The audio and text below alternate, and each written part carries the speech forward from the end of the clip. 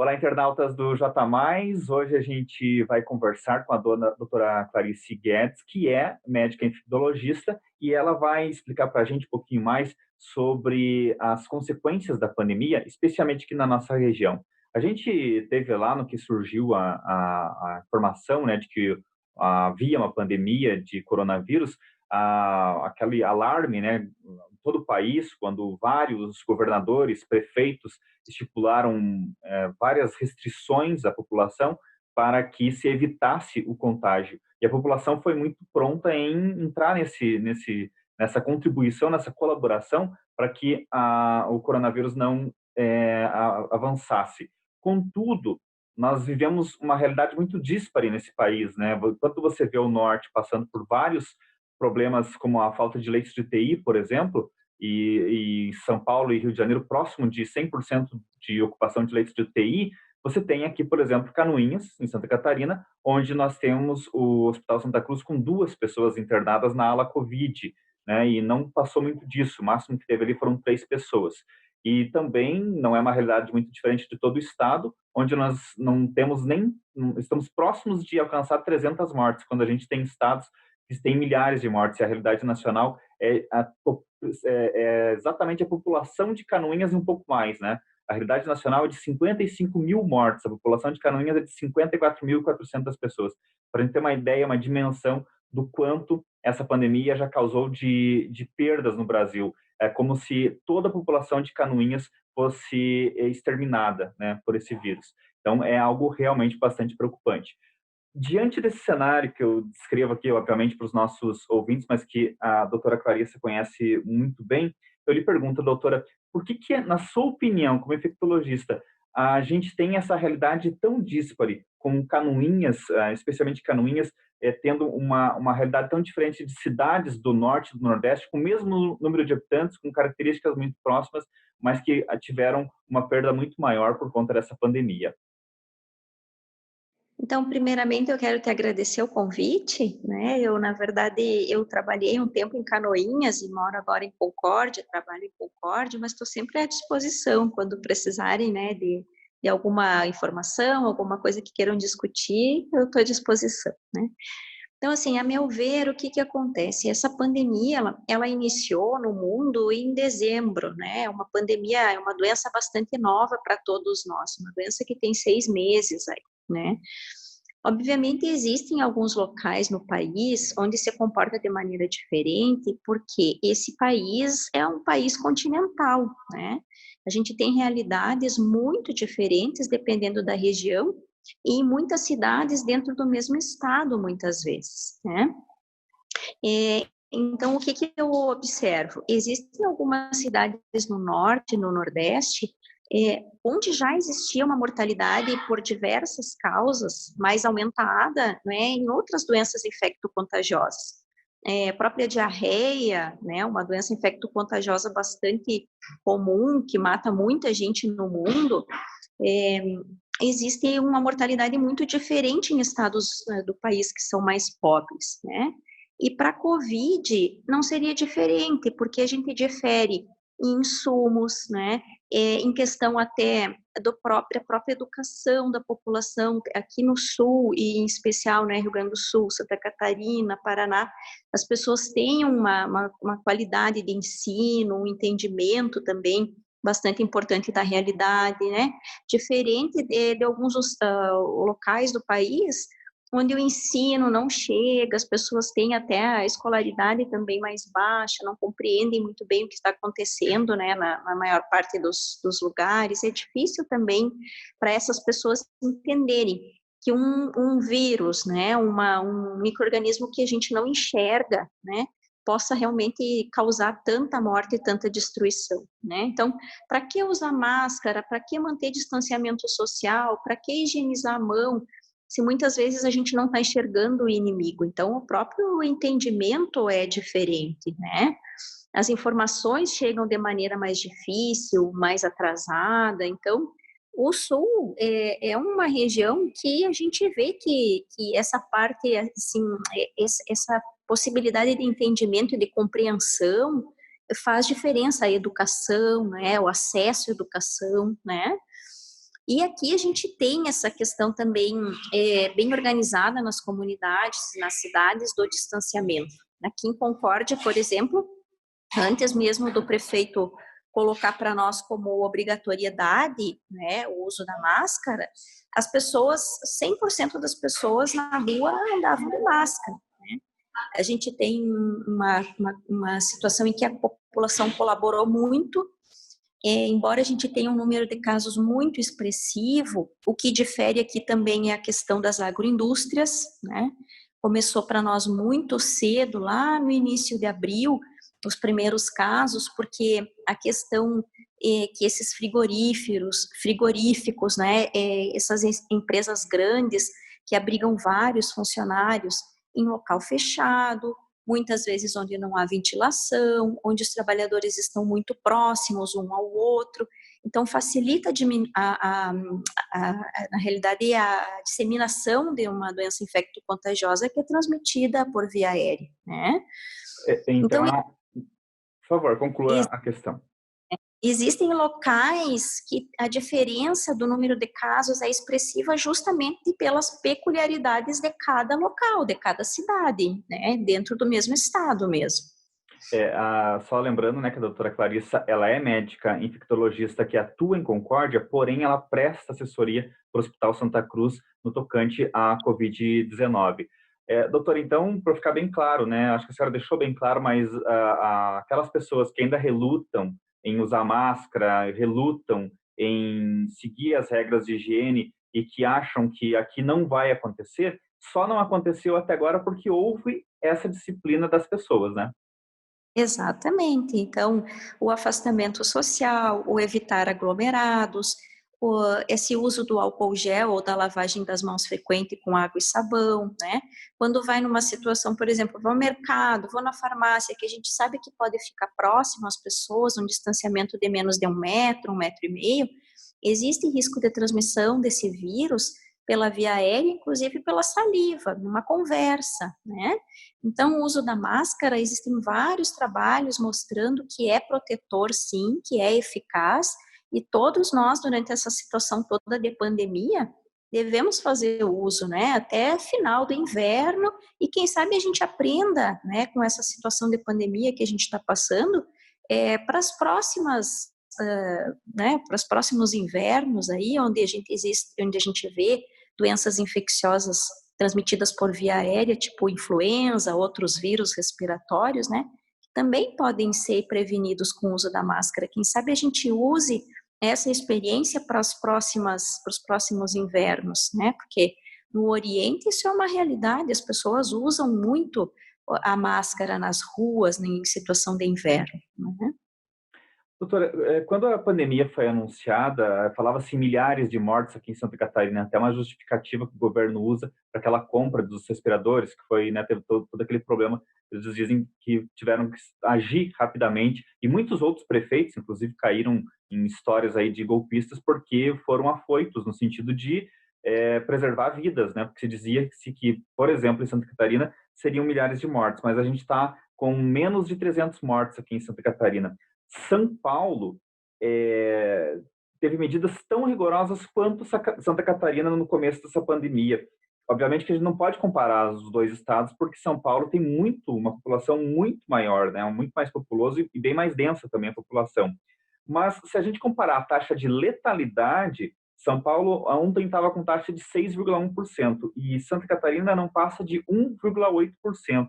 A senhora vê uma explicação para isso? Porque quando a gente fala em taxa de letalidade, a gente não está comparando populações, né? A gente está comparando o quanto de doentes vieram a morrer, né? Exato. Então, veja, a explicação é bem clara. Eu não sei se é para mim, que já vivi em outros estados e que já morei, né, em outros locais, mas as pessoas não têm ideia de como o Sistema Único de Saúde em outros locais do país é bastante deficitário, né? Aqui nos hospitais que atendem SUS, e Canoinhas não é diferente, Concórdia também não, a gente tem o Hospital São Francisco aqui. O doente que chega no pronto-socorro, ele é imediatamente atendido, todos os exames de sangue que a gente precisa pedir na investigação do Covid são feitos, os pacientes passam por tomografia de tórax, é uma realidade muito diferente de outros estados do país. A gente faz diagnóstico precoce, inicia tratamento precocemente com as drogas que a gente tem disponível. Hoje, praticamente, a gente acaba usando azitromicina para os pacientes, mas o paciente vai com a receita na farmacinha do SUS e pega esse remédio gratuitamente, né? Não se pode comparar Santa Catarina com outros estados do país, onde muitas vezes a população não tem acesso sequer à emergência, né? E quando chega no pronto-socorro, aqueles hospitais que a gente vê na TV é a realidade dele em muitos estados, né? As pessoas sentadas em cadeiras de plástico, infartadas, esperando leito, pacientes com derrame, que não tem leito de UTI, e para a Covid não é diferente, a mortalidade vai ser diferente num estado muito melhor estruturado, onde o SUS atende as suas demandas realmente com eficiência, as pessoas reclamam demais sem saber a realidade dos outros estados, né? E aqui em Santa Catarina, o Sistema Único de Saúde atende de forma maravilhosa, formidável essas pessoas que procuram ajuda nos ambulatórios, nos postos de saúde e nos hospitais que atendem SUS. Doutora, a senhora falou da azitromicina, ela é um medicamento comum, né? Não precisa, acho que não precisa nem de receita médica, e ela veio aí na esteira da polêmica da cloroquina. Falava-se da cloroquina, que resolveria, hoje já nem fala-se mais isso. Mas desde que foi anunciado que a azitromicina ela tem uma eficácia nos casos mais graves, de pacientes mais graves de Covid, a gente logo imaginava que ia haver um decréscimo no número de mortos, mas pelo contrário, só tem subido a famosa curva, né? Ela ainda está subindo. O que explica isso? Se de fato, quando você tem um paciente em estado grave, a azitromicina pode salvá-lo, me parece que não está tendo tanta eficácia. Falo, claro, pelos olhos de um leigo, né? De que não é alguém que está na linha de frente com uma senhora, por isso que lhe pergunto. Sim, na verdade, assim, a gente vê os óbitos aumentarem porque a gente vê a curva de infecção subir. Quanto mais infectados a gente tiver e com mais pacientes graves a gente tiver que lidar, mais pessoas vão morrer, né? Então, a azitromicina é um antibiótico, precisa, sim, de receita médica, e normalmente a gente prescreve quando o paciente já tem um comprometimento pulmonar. Ele chega com tosse na emergência, já tem secreção, às vezes na tosse. Isso significa que existe uma co-infecção, normalmente bacteriana. Não é só o vírus que está ali. Muitas vezes uma bactéria já se aproveitou dessa situação de infecção viral e está também causando uma broncopneumonia juntamente com o vírus. Então, a gente realmente vê melhora clínica com a azitromicina, existem trabalhos mostrando, não são trabalhos grandes, né? Mas, por exemplo, a questão do controle da febre é uma coisa bem evidente. O paciente que inicia a azitromicina, às vezes em 2 ou 3 dias já tem um controle total da febre, né? E a melhora clínica, a diminuição da tosse. Então, a gente tem alguns benefícios que se observa na prática clínica também, né? Agora, a diminuição realmente evidente da mortalidade, a gente só vai observar quando existir um antiviral potente e específico para tratar a doença, como é o caso, por exemplo, da influenza, onde a gente tem Tamiflu, né? O oseltamivir, que é uma droga específica antiviral para tratar pneumonia por influenza. No caso da Covid, a gente não tem um antiviral que tenha essa força, essa potência, né? Inclusive para ser usado precocemente, para evitar os danos que o vírus pode causar no pulmão. A polêmica da hidroxicloroquina foi por bastante tempo, né? A gente teve essa situação de usa, não usa, prescreve, não prescreve. Então, quando começaram a sair alguns trabalhos realmente mostrando que pode acontecer da droga aumentar a mortalidade ou não fazer diferença para os pacientes graves, a gente descontinuou, não prescreveu mais, né? E eu te digo que os últimos casos graves que a gente teve no hospital no São Francisco, que entraram em ventilação mecânica, o que fez diferença foi o corticoide. É o que a gente tem usado desde o início da pandemia, lá no mês de abril, dia 7 de abril, a gente já tinha pacientes que internaram e usaram metilprednisolona EV, né? E juntamente com a hidroxicloroquina, só que lá a gente não sabia se era hidroxicloroquina e o corticoide ou corticoide. E agora, retirando a hidroxicloroquina do protocolo, a gente observa que realmente o que faz e fez diferença foi o corticoide EV. além do anticoagulante. No paciente internado grave, a gente usa uma anticoagulação com Clexane, com uma medicação que a gente faz subcutânea, que melhora a circulação do sangue, que melhora a oxigenação pulmonar e que alguns trabalhos mostram, inclusive, alguma ação antiviral. Tá, então a mortalidade realmente é diferente, porque a gente tem esse diagnóstico precoce. Aqui na cidade de Concórdia, por exemplo, a gente não chega a 1% de mortalidade, né? A gente faz o diagnóstico precoce, tomografa, interna e trata precocemente os pacientes, e felizmente os nossos resultados têm sido muito bons. Doutora, quando a gente vê desde a situação lá na China, na Europa, Itália e Espanha foram os países mais atingidos, Estados Unidos, a gente vê que o vírus vem numa onda, né? Ele vem como se fosse, viesse arrastando, né? Viesse criando tentáculos cada vez se interiorizando mais. E o exemplo disso é que Canoinhas, por exemplo, teve a primeira confirmação de Covid em maio, começo de maio, quando que em abril a gente já tinha vários casos e várias mortes no mundo, inclusive, né? E diante dessa realidade, diante desse comportamento do vírus, a gente deve esperar dias piores aqui em Canoinhas? Eu sei que é meio pedir para a senhora fazer leitura de bola de cristal, né? Mas, mas a gente deve esperar dias piores? Isso vai depender do comportamento das pessoas? Isso vai depender do comportamento do vírus? Como é que a senhora vê isso? Olha, certamente depende do comportamento das pessoas, né? Então, esse vírus, ele se transmite de pessoa a pessoa. Então, se a gente continuar mantendo esse cuidado da máscara, de evitar aglomerados, de manter um certo distanciamento social, de higienizar as mãos com álcool, isso vai realmente impactar nos dados de Canoinhas, como tem impactado em todas as cidades que têm o cuidado de manter, né, toda essa precaução. Só que assim, provavelmente dias piores virão, por quê? Porque o vírus ele chegou de avião, né? E ele chegou nas capitais, ele chegou nos locais, nas metrópoles, nas grandes cidades, e ele foi se interiorizando porque as pessoas vão então disseminando essa doença para os locais mais no interior e tal, com uma população menor, mas ele chega, mais cedo ou mais tarde ele chega, de pessoa a pessoa, ele vai caminhando, né, através dessas gotículas respiratórias e ele chega a todos os locais, né. Mas o que é importante, que é interessante a gente dizer, se a gente tem um comportamento normalmente de 2 a 3 meses de pandemia, de infecção, de vírus em atividade na maior parte dos locais, se Canoinhas iniciou com os primeiros casos em maio, provavelmente a gente ainda vai ter maio, junho, talvez julho ainda, né, com esses casos chegando na cidade, talvez necessitando de internação. Aqui em Concórdia, o comportamento é diferente porque, como eu te falei, nosso primeiro caso foi em 7 de abril. Então, abril e maio foram meses muito duros para nós, né? A ponto da gente chegar a ter 34 internados na enfermaria, 15 pacientes internados na UTI e 5, 6 doentes no pronto-socorro aguardando leito para subir, né? E agora, nas últimas 2 semanas, a gente vem caindo o número de internações, a procura no pronto-socorro, o diagnóstico realmente de Covid. Por quê? Porque essa pandemia se comporta normalmente com 2 a 3 meses de passagem, né, de destruição, assim, por onde ela passa.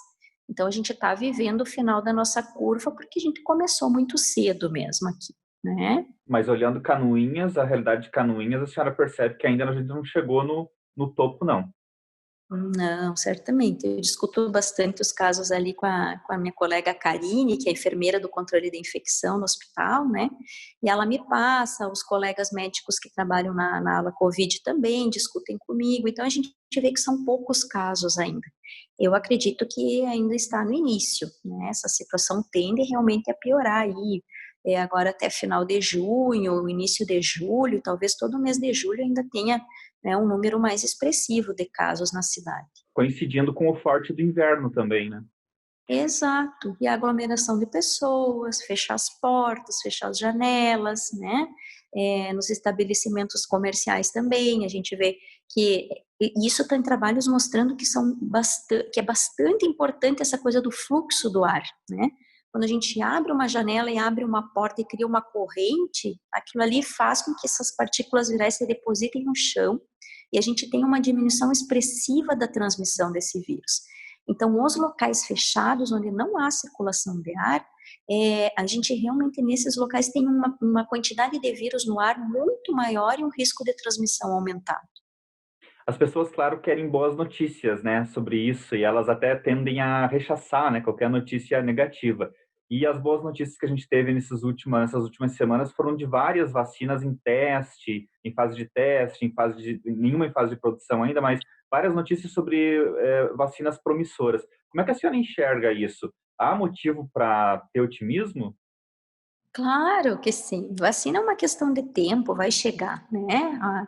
Os pesquisadores, eles se debruçam sobre isso logo que uma doença infecto-contagiosa aparece e a busca pela vacina já começa, né, a corrida. Então, para a influenza lá em 2009 foi assim, a gente não teve vacina no começo, e em 2010 a mortalidade era absurdamente diferente em função da vacina, né, ser então um insumo que foi propiciado para toda a população. 2021, provavelmente a gente já tem a vacina para ser aplicada na população. É, só que, assim, a vacina também não é uma situação que a gente pode dizer, ó, vacinou, está 100% seguro, né? Para a gripe não é assim, para nenhuma doença infecto-contagiosa é assim. Então, qual é a melhor maneira da gente evitar doença e morte? É a prevenção, né? É justamente nessas medidas de prevenção, ter máscara, álcool gel, evitar aglomerado, abrir janela, fazer circular o ar, né? É dessa maneira que a gente vai prevenir aí mais danos, mais mortes através dessa situação de Covid. A senhora, claro, fala com uma opinião de uma especialista, de uma técnica, mas como houve uma politização do tema, né, da Covid-19, da pandemia, a gente viu muitos políticos tentando passar uma mensagem de otimismo às pessoas, e essa mensagem de otimismo ser entendida como um libera geral para sair, para aglomerar, para fazer festa, e isso vem causando um problema, né? Se a senhora tivesse que orientar as autoridades, a senhora diria que o melhor caminho é falar duramente com a população nesse momento? Quer dizer, ser duro agora para não chorar por mortes da população no futuro? Então, na verdade, o que que a gente observa como cidadão também, né, não só como técnico. É óbvio que a saúde, ela anda juntamente de mãos dadas com a economia, né. Eu me coloco no lugar das pessoas que estão aí com as portas fechadas, né, os seus estabelecimentos sem atender, né, e vendo a renda cair, tendo uma família para sustentar, não é. Então, na verdade, qual seria a melhor solução, no meu ponto de vista? É não ser nem tanto ao céu e nem tanto à terra, né? Nem 8 nem 80, né? É tentar evitar ao máximo essa circulação de pessoas, tentar evitar esses aglomerados, mas lidar com esses estabelecimentos, com o comércio, com a própria volta, né, às atividades, de uma maneira equilibrada, né? De repente fazer alguma coisa rotativa, na segunda e na quarta funcionam tais estabelecimentos, na terça e na quinta outros, né? Na tentativa de evitar aglomerados, mas sem que as pessoas sofram de maneira que daqui a pouco chega no final do mês, tem uma família para sustentar, tem contas chegando e isso também, óbvio que impacta na saúde também mental das pessoas, né, e na saúde física também. A gente tem que ter esse olhar também para a população, né. Para encerrar nossa conversa, doutora, eu queria que a senhora se dirigisse às pessoas que vão nos assistir e que vão ter duas opiniões distintas, né? Uns vão achar que a gente está alardeando demais, que a senhora está alardeando, que não é nada disso, que é só uma situação que vai passar logo, que a gente não precisa se preocupar, que não vai chegar aqui em Canoinhas, e o que se chegou já e já deu pouca coisa, e outras pessoas que vão se sentir um pouco angustiadas, né? Por saber que, como a senhora muito bem deixou claro, na sua visão, talvez a gente não tenha chegado ainda no pior dessa pandemia, se tratando de Canoinhas e região. Gostaria que a senhora encerrasse falando diretamente para esses dois tipos de comportamentos, esses dois tipos de interpretações sobre a nossa conversa. Tá certo. Então, a mensagem que eu quero deixar às pessoas que me escutam, né, é o seguinte: não só como técnica, como médica, né, a gente no Hospital São Francisco foram 210 altas hospitalares, existe realmente uma perspectiva positiva para o paciente, mesmo aquele paciente mais grave que interna, né, existem algumas medicações que a gente pode oferecer, e realmente retirar esse paciente dessa situação grave. Mas eu falo também, como cidadã, né, como pessoa que passou por isso na família, meu marido teve Covid, ficou internado, né? Então, dessa forma, eu quero alertar as pessoas que não brinquem com essa doença, que não achem realmente que é só uma gripezinha, né? Porque na maior parte dos casos, sim, vai ser uma gripezinha, né? A maior parte das pessoas, inclusive, vai ser assintomática. Mas quando chega na tua família, quando tu vê um ente querido, né, um pai ou uma mãe, né, ou uma pessoa realmente próxima da tua própria casa e a óbito por uma doença dessas, para ti, aquilo ali foi 100% de mortalidade. O teu familiar morrendo é a mesma coisa que tu, né, tá olhando para a morte cara a cara. Então, não é uma doença da gente facilitar, achar que é uma bobagem, achar que não chega, que pode não chegar na minha casa e para o meu familiar, pode, né? Realmente as pessoas que são mais idosas, que têm doenças crônicas, podem adoecer gravemente e são um grupo de risco para esse adoecimento, mas eu vi paciente de 38 anos entrar em ventilação mecânica por 10 dias e quase perder a vida, né, para essa doença. Então a gente não pode fazer de conta que não está aí, não pode fechar os olhos, né, fazer de conta que essa doença não pode se comportar de maneira grave, porque ela pode. Então, não é para aterrorizar, né? Não é para a gente ficar alardeando assim que as pessoas fiquem em pânico, mas que prestem atenção e façam a sua parte. Se cada um fizer a sua parte, usar máscara, usar todas as medidas de precaução, a gente vai ter a consciência tranquila de que, se acontecer comigo, com um familiar meu, pelo menos não foi por culpa minha. Eu fiz o que eu pude para evitar, não é? Infelizmente, a senhora e a sua classe, os médicos e nós, jornalistas, não podemos fazer como os garçons, né, que oferecem aquilo que o cliente quer, né? A gente às vezes tem que dar más notícias também, né, doutora? Queria muito agradecer essa participação, essa entrevista concedida ao Portal J+. A doutora Clarissa Guedes é médica infectologista, ela trabalha em Concórdia, mas ela presta assessoria para a ala Covid-19 do Hospital Santa Cruz de Canoinhas. Muito obrigado. Espero poder voltar a conversar com a senhora sobre outros assuntos não tão densos, né, como esse que a gente conversou hoje. Tá ótimo, eu que agradeço. Um bom dia a todos, uma boa tarde, fiquem com Deus e contem comigo.